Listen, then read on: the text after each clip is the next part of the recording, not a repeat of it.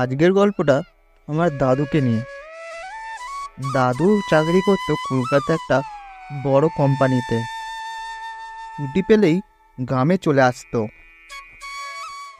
গ্রামের পরিবেশটা এতই মনোরম যে কেউ ভুলে থাকতে পারে না। সবুজে ঘেরা মাঠ ঘাট আর গ্রামের পাশ দিয়ে বয়ে যাওয়ায় গোমন্তী নদীটা আরও মনটা ভালো করে দেয়। এবার দাদু ছুটি পেয়ে গ্রামে চলে আসে। দাদুর সাথে দাদুর বন্ধু একটা ঘুরতে আসে। সকাল সন্ধ্যে গ্রামের মধ্যে ঘুরে বেড়ানো আর দেদার খাওয়া দাওয়া তো রয়েছে।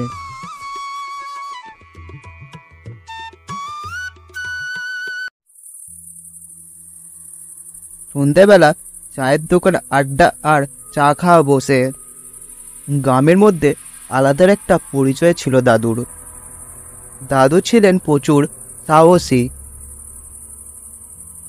দাদুর আজকের চায়ের দোকান আড্ডার আসর বসেছে। তাদের মধ্যে আছে দাদু আর দাদুর বন্ধু, আরও দুটো গ্রামের বন্ধু দাদুর। আজকের আড্ডার মূল লক্ষ্য হলো ভূত পিশাচদের নিয়ে। তখন দাদুর একটা গ্রামের বন্ধু বলছে, বুঝলি তো, গ্রামের এই শ্মশানটা সন্ধ্যার পর থেকে আর কেউ যায় না। কেউ যদি শ্মশানে যায় সন্ধ্যের পর, সে আর বেঁচে ফিরতে পারে না। পালিয়ে হাওয়া দেওয়ার জন্য দাদু আরেকটা বন্ধু বলছে, হ্যাঁ তো, সন্ধ্যের পর থেকে যেই ওই শ্মশানে গেছে, বেশিরভাগ মারা গেছে, না হয় পাগল হয়ে গেছে। দাদু তখন বলছে, আমি ওই সব বিশ্বাস করি না। এমনিতেই ভূত কিছু হয় না, সবার খালি মনের ভুল। তখন দাদুর গ্রামের বন্ধুটা বলছে, তুমি কলকাতায় থাকো, তুমি নাই মানতে পারো, কিন্তু আমরা মানি। আমরা যেটা দেখি সেটাই বিশ্বাস করি। আজ পর্যন্ত অনেক সবাই মারা গেছে। আজ পর্যন্ত যেই ওই শ্মশানে গেছে সন্ধ্যের পর, সে আর বেঁচে ফিরতে পারে না। তখন দাদু বলছে, আমি প্রমাণ করে দিতে পারি এটা তোমাদের মনের ভুল খালি। হয় দেখো কোনো চোট ডাকাত মেরেছে। তখন দাদুর কলকাতার বন্ধুটা বলছে, তুমি ঠিক বলেছ। এমন কি আর ভূত আছে নাকি? কোনো ডাকাতের মেরেছে দেখো। তারপর দাদু তখন বলছে, আমি এক্ষুনি যাবো ওই শ্মশানে। রাতটা আমি ওইখানে কাটাবো। রাতটা কাটিয়ে তোমাদের প্রমাণ করে দেব যে ভূত বলে কিছুই হয় না, সব তোমাদের মনের ভুল। তখন দাদুর বন্ধুরা দাদুকে বলছে, তোমরা যদি ওই শ্মশানে যাও, বড় কিছু বিপদ হতে পারে।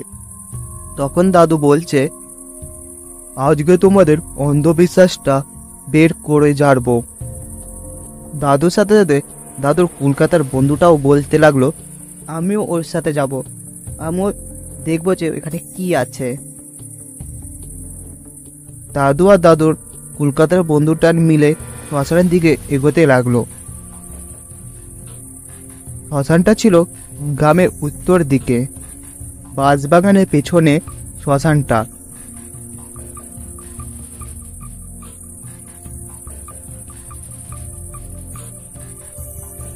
দাদু আর দাদুর বন্ধু যে পৌঁছালো, দেখে যে কোনো নিশাচর প্রাণীর আওয়াজ পায়নি। তারপর একটা ঠান্ডা হাওয়া শরীরের মধ্যে বয়ে গেল। গোটা শরীরটা যেন কাঁপুনি ধরিয়ে দিয়ে গেল। একটা হাওয়ার বলয় দাদু আর দাদুর বন্ধুর আশেপাশে ঘুরতে লাগলো। হাওয়াটা দাদু আর দাদুর বন্ধুর পাশে এসে থেমে গেল। দেখলো যে একটা পিশাচ বেরিয়ে এলো। তখন পিশাচটা বলছে, তুই নাকি ভূত পিশাচ মানিস না? এখানে তুই প্রমাণ করতে এসছিস ভূত পিশাচ আছে নাকি? তখন দাদু আর দাদুর বন্ধু মনে সাহস জগিয়ে সেখান থেকে দৌড়াতে লাগলো। ছুটতে ছুটতে দেখে যে বেশ কয়েকজন কঙ্কাল মিলে দাদু আর দাদুর বন্ধুর পাশে ঘুরতে লাগলো। তখন আর কিছু বুঝতে না পেরেই দাদু আর দাদুর বন্ধু অজ্ঞান হয়ে যায়।